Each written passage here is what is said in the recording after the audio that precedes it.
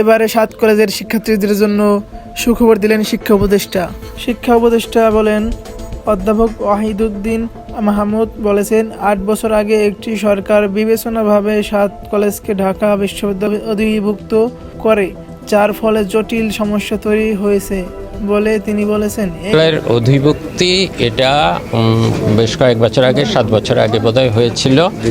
আমরা বলেছিলাম যে সেটা তো একটা অপরিণামদর্শী সিদ্ধান্ত ছিল, যার ফলে 7 কলেজের শিক্ষার্থীদের চরম দুর্ভোগ হয়েছে। আবার মঙ্গলবার 28 জানুয়ারি সকালে একটি গণমাধ্যমে তিনি প্রকাশ করেন টেলিফোনের আলাপ আলোচনায় তিনি 7 কলেজ শিক্ষার্থীদের এই সুখবর দেন।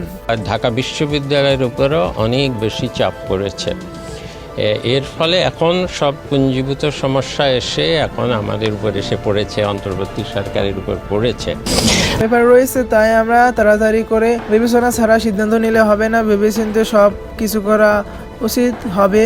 একটি বিশ্ববিদ্যালয় করতে হলে প্রথমে সংবিধি তৈরি করতে হয় উল্লেখ করে তিনি আরও বলেন, সেখানে শিক্ষক নিয়োগ সহ আরও অনেক কিছু বিষয় রয়েছে। তিনি আরও বলেন, শিক্ষা উপদেষ্টা সনদ পাওয়ার আগে কোনো বিশ্ববিদ্যালয় শিক্ষার্থী ভর্তি করানো সম্পূর্ণ বেআইনি কাজ। ঢাকা বিশ্ববিদ্যালয় ও 7 কলেজের কর্তৃপক্ষ আগামী সেশন থেকে আলাদাভাবে ভর্তি করার সিদ্ধান্ত নিয়েছে। তাই সামনের ভর্তিচ্ছ শিক্ষার্থীদের কোনো একটা প্রক্রিয়ার মধ্য দিয়ে ভর্তি করতে হবে বলে জানিয়েছেন তিনি।